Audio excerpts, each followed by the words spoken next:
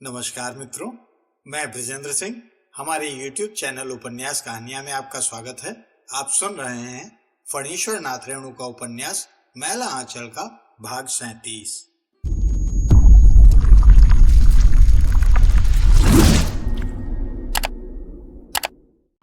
तहसीलदार विश्वनाथ प्रसाद के दरवाजे पर पंचायत बैठी है। दोनों तहसीलदार के अगल बगल में बालदेव जी और कालीचरण जी बैठे हैं। बाभन राजपूत के साथ में बैठा है यादव, एक ही ऊंचे सफरे पर। अरे जीवेसर मोची भी उसी कंबल पर बैठा है, बस अब रास्ते पर आ रहा है। देखो आज तहसीलदार हरगौरी किस तरह हंस हंस कर कालीचरण से बात कर रहा है, मानो एक प्याली का दोस्त है। हाँ, तो यादवों को अब जमाहिर लाल भी छत्री मान लिए हैं। कौन क्या बोल सकता है। बावन दास कौन जात है? कहाँ है बावन दास? पुरैनिया गया है। आज पंचायत के दिन उसको रहना चाहिए था। अरे भाई, बाहरी आदमी फिर बाहरी आदमी है, उसको इस गांव से कौन जरूरत है, यहाँ नहीं वहां। लेकिन कालीचरण बाल डोमन ठाकुर क्या कहता है सुनो। ठाकुर नाई टोले से और रजक टोले से एक एक आदमी को ऊंचे सफरे पर बैठने के लिए चुन लिया जाए। ओ आओ डोमन भाई, तुम अपने टोले से किसको पंच चुनते हो? बोलो, तुम ही आओ। और रजक टोले से तो प्यारे लाल है ही। आओ प्यारे। कालीचरण प्यारे को अपने ही पास बिठलाता है। तो बात यह है कि तहसीलदार विश्वनाथ प्रसाद जी सुपारी कतरते हुए कहते हैं, जमाना बहुत खराब आ रहा है। जो लोग अखबार गजट पढ़ते हैं वही जानते हैं कि कितना खराब जमाना आ रहा है। बंगाल की तरह अकाल फैलेगा। बंगाल के अकाल के बारे में नहीं जानते? अरे चरवाहा सब गाता है, सुने नहीं हो? बड़ा जुल्म कैला का कलवारे बंगाल मुल्कवा में 4 करोड़ आदमी मरल। पूछो कालीचरण से, बालदेव भी कहेगा कि बंगाल के अकाल जैसा अकाल कभी पड़ा? उम्र ज्यादा होने से क्या हुआ? जो लोग अखबार नहीं पढ़ते हैं वे दुनिया की बातों से वाकिफ कैसे हो सकते हैं? मैं ही पहले से यदि कर कचहरी कटिहार पूर्णिया नहीं जाता तो कूप मंडू रहता, कुएं का बैंक। देखो सरकार सभी धान वालों से धान वसूल रही है। क्यों? सरकार को पूरा डर है कि अकाल फैलेगा, इसलिए अपने हाथ में बेर बखत के लिए पूरा स्टॉक रखना चाहती है। अरे तुमको तो 3 आदमी की फिक्र करनी पड़ती है, तो साल भर बाप बाप चिल्लाते हो। कभी इंद्र भगवान से पानी मांगते हो, सूरज भगवान से धूप उगाने के लिए कहते हो, नौकरी करते हो, कर्ज लेते हो। और जिसको समूचा भारत वर्ष हिंदुस्तान की फिक्र करनी पड़ती है, उसकी क्या हालत होती होगी। अभी तुरंत ही तो सभी लीडर जेल से निकले हैं, तुरंत मिनिस्ट्री लिया है। यदि अकाल पड़ गया तो सुराज मिलने वाला है, वो नहीं मिलेगा। यदि मिलेगा भी तो उसकी सारी ताकत तो लोगों को खिलाने में ही लग जाएगी। इसलिए हम लोगों को धरती से ज्यादा अन्न उपजाना चाहिए। अभी मान लो कर कचहरी फर फौजदारी करके तुम खेत पर दफा 144 लगा देते हो, फिर 145 होगा। इससे जमीन में धान तो रोपा नहीं जाएगा, खेत परती रहेगा और अन्न होगा नहीं। इसके बाद मालिक लोगों से ही यदि धान मांगोगे तो कहां से देंगे मालिक लोग? अपने खर्च के लायक धान मालिकों के पास होगा नहीं, और सरकार वसूल करेगी लाठी के हाथ से, कानून से। बड़े मालिकों के बखारों में भी चमगादड़ झूलेंगे। तो हमारा यही कहना है कि सभी भाई आपस में विचार कर मिलकर देखो कि किस काम में भलाई है। ओ, तो ये पंचायत सिर्फ बेजमीन वालों को ही सीख देने के लिए बैठाई गई है। चुप रहो, तहसीलदार जो कह रहे हैं नहीं समझ रहे हो। पक्की बात कहते हैं तहसीलदार, काबिल आदमी है।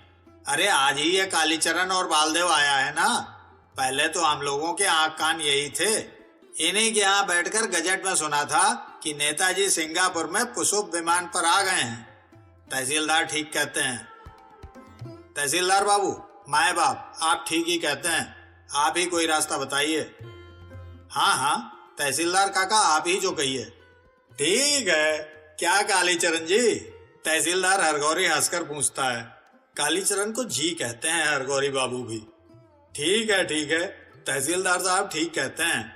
तो भाई हम तो हिंदुस्तान भारतवर्ष की बात नहीं जानते, हम अपने गांव की बात जानते हैं। आप भला तो जग भला। हम तो इसी गांव का कल्याण देखते हैं कि सभी भाई, क्या गरीब क्या अमीर, सब भाई मिलकर एकता से रहें, न कोई जमीन छुड़ावे न कोई गलत दावा करे। जैसे पहले जोतते आबादते थे, आबाद करे बांट दें, न रसीद मांगे न नकदी के लिए दरखास्त दें। दोनों को समझना होगा। क्यों और गौरी बाबू, सुनते हो तो अपने मैनेजर से जाकर कह देना कि हुजूर अब भी होश करें, यदि इस तरह रैयतों के साथ दुश्मनी करेंगे, कम से कम हमारे यहाँ के रैयतों से, तो फिर बात बिगड़ जाएगी। सभी बात तो हमारे ही हाथ में है। हम अभी गवाही दे दें कि हाँ हुजूर आली, ये सब फर्जी काम हमसे करवाया गया है, और कुल कागज पत्तर, चिट्ठी चपाटी, रुक्का परवाना दिखला दें, तो बस खोप सहित कबूतराए नमा। अरे तो किस खानदान का तहसीलदार है, ये भी तो देखना चाहिए। सिंह जी हंसते हुए कहते हैं, महारानी चंपावती। हंसी का दूसरा वेग सैकड़ों सरल हृदय इंसानों को गुदगुदी लगाता है। अच्छा अच्छा, अब काम की बात हो। सुनो कालीचरण बेटा, लीडर बने हो तो बड़ा अच्छा काम है। बाबू गांव का नाम तो इसी में है। कोई सोशलिस्ट का लीडर है तो कोई कांग्रेस का, तो कोई काली टोपी का। लेकिन देख लो भैया, हम गांव के सभी लौंडों के अकेले मालिक हैं। यदि गांव में इधर उधर कुछ किए तो पीठ की चमड़ी भी उधेड़ लें। खिलावन, जोतकी जी, आप ही लोग कहिए। जो लौंडे हमको कहते हैं काका, मामा, भैया, फूफा, उन लड़कों की गलती पर यदि हम कान पकड़कर मल दें या दो कड़ी बात कह दें तो हमको कोई दोष देगा? नहीं नहीं, आप वाजिब बात कहते हैं। हम गांव से बाहर थोड़े ही हैं, लेकिन एक बात हम भी पहले ही कह देते हैं। अभी आप जैसा करने के लिए कहते हैं हम लोग करें, बाद में फिर हमारी गर्दन पर छुरी चले तब। कालीचरण कहता है, इसका जिम्मा हम लेते हैं। अरे हमने कहा ना कि सभी खेला मेरे हाथ में है। तो ठीक है, हम गांव से बाहर थोड़ो हैं। ठीक बात, लेकिन सभी भाई सुन लीजिए, यदि गांव के बाहर का कोई बाहरी हम पर हमला करे तो इसका मुकाबला सभी को मिलकर करना होगा। हाँ, यदि बाहर वाले इस गांव के जमीन वालों पर हमला करें तो सबों को सहायता करनी होगी। गांव की जमीन गांव में रहेगी, बाहर वाले क्यों लेंगे, समझे?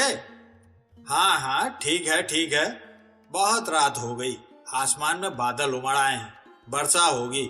दुहाई इंद्र महाराज, बरसो। हर साल बरसात के मौसम में यही होता है। भगवान के हाथ की बात इंसान क्या जाने। इंद्र भगवान से प्रार्थना की जाती है, बरसाओ हे इंद्र महाराज। जरा भी आसमान के किसी कोने में काले बादलों का जमाव हुआ, बिजली चमकी कि बरसों की पुकार घर घर से सुनाई पड़ती है। जमीन वालों बेजमीनों सबों की रोजी रोटी का प्रश्न है। और यदि लगातार 5 दिनों तक घनघोर वर्षा हुई और खेतों के हाल डूबे की, जरा 1 सप्ताह सब्र करो महाराज। इंद्र महाराज की खुशी, यदि उनका मिजाज अच्छा रहा तो प्रार्थना पर विचार करे 1 सप्ताह सब्र कर गए। मौके से वर्षा होती गई, धूप भी उगती रही, तो फिर धान रखने की जगह नहीं मिलेगी। मूसिन पूछे मुंह से कहाँ के रखब धान। तहसीलदार विश्वनाथ प्रसाद के पास डाक वचनामृत, भविष्यफल और खनावचन है। पंजिका से हिसाब निकालकर बता देंगे कि ये पक्ष सूखेगा या झरेगा। नक्षत्रों की गणना में यदि स्त्री स्त्री का संयोग हुआ तो 0, यदि पुरुष पुरुष संयोग निकला तो 0। 1 बूंद भी वर्षा नहीं होगी। चिल्लाने से क्या होगा? ततमा टोला, पासवान टोला, धानुक कुर्मी टोला तथा कोयरी टोला की औरतें हर साल ऐसे समय में इंद्र महाराज को रिझाने के लिए, बादल को सरसाने के लिए जाट जट्टिन खेलती हैं। आज भी जाट जट्टिन का आयोजन है। कल तो पिछियारी टोले की औरतों ने किया था। बादल का एक टुकड़ा थोड़ी देर के लिए आकर चांद को ढक गया था। आज पूर्णिमा है। कल से यदि बरखा नहीं हुई तो सारा पक्ष सूखा रहेगा। ततमा टोली की औरतों ने बाबू टोला की औरतों को निमंत्रण दिया है। एक साथ सब मिलकर जाट जट्टिन खेलें, जरूर बरखा होगी। गुआर टोली और कायस्थ टोली के बीच में जो 15 रस्सी मैदान खाली है, उसी में औरतें जमा हुई हैं। जाट के पास हजारों हजार भैंसे हैं। वो उन्हें चराने के लिए कोशी किनारे जाता है। जट्टिन घर में रहती है, दूध घी और दही की बिक्री करती है, हिसाब रखती है। सास या पति से झगड़कर रूठकर जट्टिन नैहर चली गई। जाट उसे ढूंढने जा रहा है। जट्टिन बड़ी सुंदर थी। उसकी सुंदरता की चारों ओर चर्चा होती थी। सुनरी हमार जटनिया हो बाबूजी, पतरी बांस की छौकनिया हो बाबूजी, गोरी हमार जटनिया हो बाबूजी, चांदनी रात के इंजोरिया हो बाबूजी, नानी नानी दतवा पतार ठोरवा, छटके जैसन बिजलिया। इसलिए जाट को गांव के हर एक मालिक, नायक या मंडल पर संदेह। जट्टिन नहर नहीं जा सकेगी, किसी ने जरूर उसे अपने घर में रख लिया होगा। रास्ते में कितने गांव हैं, कितनी नदियां हैं, कितने घाट हैं और घटवार हैं। हर रास्ते के हर गांव के मालिक मड़र और नायक के यहाँ जाता है। नायक जी हो, नायक हो, खोले दे हो कि बढ़िया हो नायक जी, ढूंढे दे हो जटनिया हो नायक जी। जट्टिन बनी है राम पियरिया और जाट बनी है कोयरी टोला की मखनी। मखनी ठीक मर्दों जैसी लगती है। जाट जट्टिन अभिनय के साथ और भी सामयिक अभिनय तथा व्यंग नाट्य बीच बीच में होते हैं। फुलिया बनी है डॉक्टर। उसने कमल के फूल की डंडी को किस तरह जोड़ तोड़कर डॉक्टर के गले में झूलने वाला आला बनाया है। सनीचरा का नया पैजामा मांग लाई है और बेहुला नाच वालों के यहाँ से साहबी टोपा और कोट मांग लाई है। ए मैन, इधर आता है, बोलो क्या होता है। हुजूर, थोड़ा सिर दुखता है, थोड़ा आंख भी दुखता है, थोड़ा कान भी दर्द करता है और कलेजा भी दुख दुख करता है। सर्दी भी होता है, गर्मी भी लगता है, भूख नहीं लगता है और जब भूख लगता है तो खाना नहीं मिलता है। रोगी बनी है धानुक टोले की सुरती, खूब बात जोड़ती है। अरे बाप रे बाप, ऐसी बीमारी तो कभी नहीं देखा। तुम्हारा निवास देखे, देखकर ओह तुम नहीं बचेगा। तुम्हारी बीमारी को कीड़ा हो गया, जैक्सन लगेगा। दूसरी रागिनी आती है, कुर्मी टोले की तारावती। हे औरत, तुमको क्या हुआ? हमारा दिल धक धक करता है। अरे बाप, यहाँ तो सबों का दिल धक धक करता है, हमारा भी दिल धक धक करने लगा। डॉक्टर और रोगिनी दोनों डरते हुए एक दूसरे को बाहों में पकड़ लेते हैं। दिल धक धक, दिल धक धक। औरतों की मंडली हंसते हंसते लोटपोट हो जाती है। बुढ़ियों की खांसी उभर आती है। हो खो खो खो खो खो। खूब किया। मर्दों को जाट जट्टिन देखने का एकदम हक नहीं है। यदि ये मालूम हो गया कि किसी ने छिपकर भी देखा है तो दूसरे ही दिन पंचायत में चली जाएगी बात। जिसको मूछें नहीं उगी हैं वो देख सकता है। अंत में औरतें मिलकर हल जोतती हैं। हल और बैल किसी का ले आती हैं और जोतते समय गांव के बड़े बड़े किसानों को गाली देती हैं। अरे बेसनाथ तहसीलदार बा, जल्दी पानी ला रे, प्यास से मर रहे हैं रे। अरे सिंघवा सिपहिया रे, पानी लाओ रे। अरे राम खिलौना रे, पानी ला रे।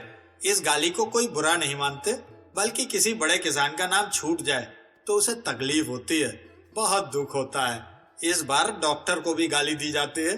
अरे डॉक्टर वारे, अरे परसंतो रे, जल्दी से बोतल में पानी लेके आ रे। आसमान में काले बादल घुमड़ रहे हैं, बिजली भी चमक रही है। मित्रों, अभी आप सुन रहे थे फणीश्वर नाथ रेणु का उपन्यास मैला आंचल का भाग 37। अब आगे प्रस्तुत है मैला आंचल उपन्यास का भाग 38। 2 दिन से बदली छाई हुई है, आसमान कभी साफ नहीं होता। 2-3 घंटों के लिए वर्षा रुकी, बूंदाबांदी हुई, फिर फुहिया। एक छोटा सा सफेद बादल का टुकड़ा भी यदि नीचे की ओर आ गया तो हरहरा कर वर्षा होने लगती है। आषाढ़ के बादल। रात में मेंढकों की टरटराहट के साथ असंख्य कीट पतंगों की आवाज शून्य में एक अटूट रागिनी बजा रही है। टर मेक झी झी, ची किर किर, ची किर किर सी, किटर किटर झी टर। कोठारिन लक्ष्मी दासिन को नींद नहीं आ रही है। चित्त बड़ा चंचल है। रह रहकर ऐसा लगता है कि उसके शरीर पर कोई पतंगा घुरघुरा रहा है। वो रह रहकर उठती है, बिछावन झाड़ती है, कपड़े झाड़ती है, लेकिन वही सरसराहट। वो लालटेन की रोशनी तेज कर बीजक लेकर बैठ जाती है। जाना नहीं, बूझा नहीं, समझ किया नहीं गौन, अंधे को अंधा मिला, राह बतावे कौन। कौन राह बतावे? नहीं, उसने बालदेव जी को जाना है, अच्छी तरह पहचाना है। महंत सेवादास जी कहते थे, लक्ष्मी, बालदेव साधु पुरुष हैं, लेकिन बालदेव जी तो इतने लाजुक हैं कि कभी एकांत में बात करना चाहो तो थर थर कांपने लगे, चेहरा लाल हो जाए, लाज से या डर से। लेकिन विरह बाण से घायल लक्ष्मी का मन सिसक सिसक कर रह जाता है। विरह बाण जिहिला गया, औषधि लगे न ताय, सुसक सुसक मरे मरी जीवे, उठे कराए कराए। किंतु बालदेव जी को क्या पता लक्ष्मी क्या करे। टर मेक मेक झी टिक टिक झिर। नहीं, लक्ष्मी अब नहीं सह सकेगी। वो बालदेव जी के पास जाएगी। मसहरी नहीं है बालदेव जी को, मच्छर काटता होगा। नहीं, वो नहीं जाएगी।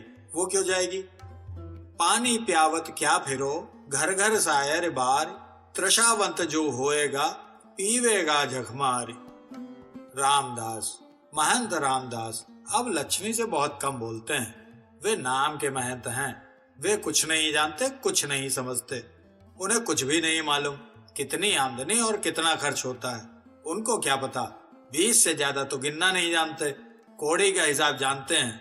रामदास जी समझ गए हैं यदि लक्ष्मी मठ को एक दिन के लिए भी छोड़ दे तो रामदास के लिए यहाँ टिकना रहना मुश्किल होगा। लक्ष्मी जादू मंत्र जानती है। क्या कागज पत्तर, क्या खेती बाड़ी और क्या हाकिम महाजन, सभी में वो अव्वल है। महंत रामदास जी समझ गए हैं कि यदि इज्जत के साथ बैठकर दूध मलाई भोग करना हो तो लक्ष्मी को जरा भी अप्रसन्न नहीं किया जाए। तन का ताप मन को चंचल तो करता है, लेकिन क्या किया जाए। यदि एक दासिन रखने का हुक्म लक्ष्मी दे दे तो गड़गड़ाम गड़गड़ बादल घुमड़ा, बिजली चमकी और हर हरा कर वर्षा होने लगी। हाँ, अब कल से धन रोपनी शुरू होगी। जय इंदर महाराज, बरसो बरसो। लेकिन बीचड़ के लिए धान कहाँ से मिलेगा? आज तो पंचायत में सभी बड़े मालिक लोग बड़ी बड़ी बातें बोलते थे। कल ही देखना कैसी बात करते हैं। अपने खर्च के जोगी धान नहीं है, बीहन नहीं है, अथवा पहले आम को बोने दो। गड़गड़ाम गुड्डम, बीहन का धान मालिकों को देना होगा। हमेशा देते आए हैं, इस बार क्यों नहीं देंगे? कालीचरण ऑफिस में सोए अधसोए और लेटे लोगों से कहता है, और बार दूना लेते थे, बीहन का दूना। इस बार ये सब नहीं चलेगा। यदि तहसीलदार मामा ने ऐसा प्रबंध नहीं किया तो फिर संगार। बिजली चमकती है, बादल झूम झूम कर बरस रहे हैं। मंगला अब कालीचरण के आंगन में रहती है। कालीचरण की मां अंधी है। कालीचरण की एक बेवा अधेड़ फूफू है। मंगला की मीठी बोली सुनकर कालीचरण की मां की आंखें सजल हो उठती हैं और फूफू की आंखें लाल। जब जब बिजली चमकती है, पचवरिया घर के उसारे में सोई फूफू पुअरिया घर की ओर देखती है।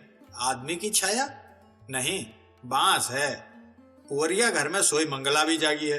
बादलों के गरजने और बिजली के चमकने से उसे बड़ा डर लगता है। बचपन से ही वह बादल, बिजली और आंधी से डरती है। और यहाँ की वर्षा तो फिर बिजली चमकी। कौन? मंगला फुसफुसाकर पूछती है। कौन? भीगे हुए पैरों की छाप बिजली की चमक में स्पष्ट दिखाई देते हैं। सोनाई यादव अपनी झोपड़ी में 12 मासा का तान छेड़ देता है। एही प्रीति कारण सेत बांधल, सिया उदय श्री राम है। सावन है सखी सबत सुहावन, रिमझिम बरसत मेघ है, रिमझिम बरसत मेघ। कमली को डॉक्टर की याद आ रही है। कहीं खिड़कियां न खुली हों। खिड़की के पास ही डॉक्टर सोता है। बिछावन भीग गया होगा। कल से बुखार है, सर्दी लग गई है। न जाने डॉक्टर को क्या हो गया है। कहीं मौसी सचमुच में डायन तो नहीं। डॉक्टर को बादल बड़े अच्छे लगते हैं। कल कह रहा था, मैं वर्षा में दौड़ दौड़ कर नहाना चाहता हूँ। छर छर बादल मानो धरती पर उतरकर दौड़ रहे हैं। छहर छहर छर। बिरसा माझी अब लेटा नहीं रह सकता। परसों गांव वालों ने मीटिंग किया है। बाहरी आदमी यदि चढ़ाई करे तो सब मिलकर मुकाबला करेंगे। कालीचरण भी था और बालदेव भी। संथाल बाहरी लोग हैं।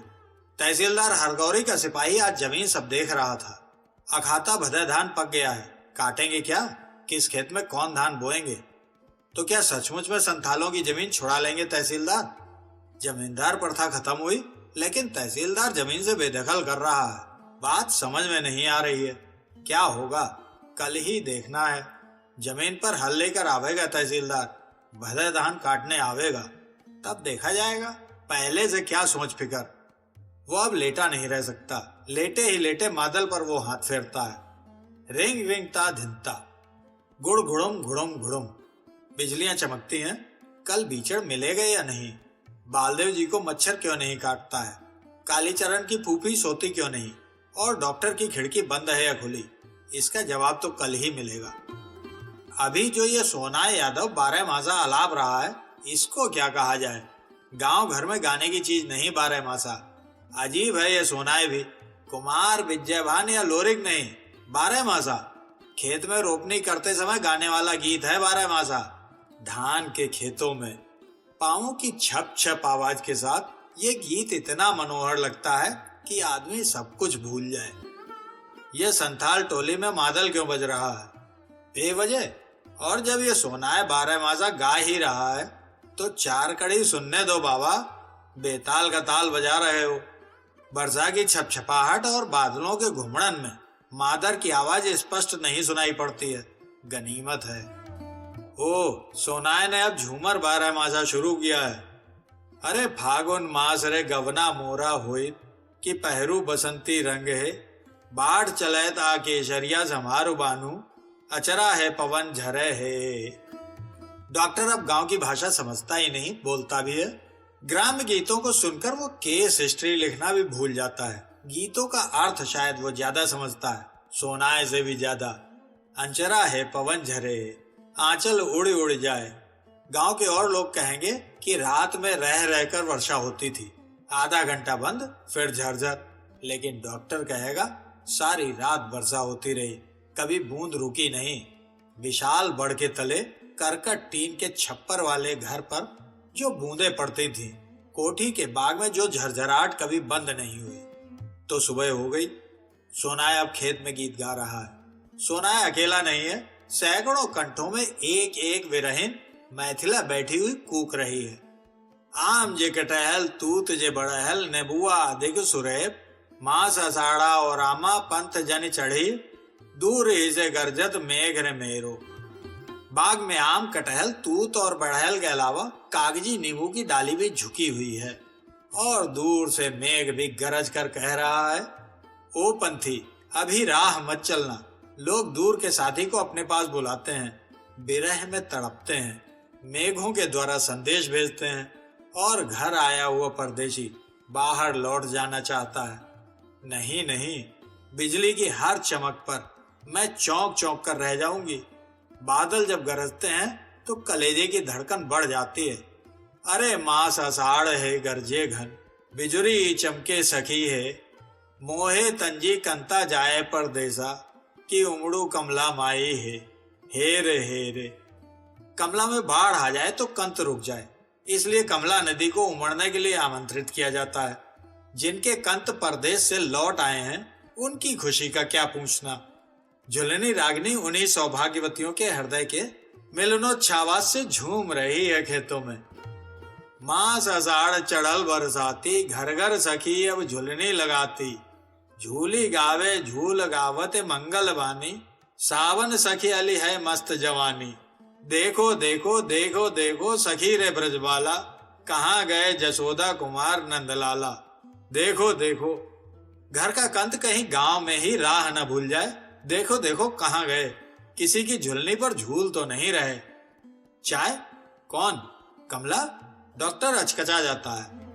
हाँ चमकते हो क्यों? तुमको भी सुई का डर लगता है? ये मीठी दवा नहीं, मीठी चाय है डॉक्टर साहब। चाय पीकर ही जीना है तो आंख खुलते ही गर्म चाय की प्याली सामने रखने की जरूरत है। कमला पास की कुर्सी पर बैठकर चाय बनाती है। प्यारू खड़ा खड़ा मुस्कुरा रहा है। प्यारू को इतना खुश बहुत कम बार देखा गया है। अब समझे, ये प्यारू नहीं है कि हर बात में नहीं कर टाल दिया जाए। चाय बनावे तो नहीं, अंडा बनावे तो नहीं, खाना परोसे तो नहीं। अब समझे? मित्रों, अभी आप सुन रहे थे फणीश्वर नाथ रेणु का उपन्यास मैला आंचल का भाग 38।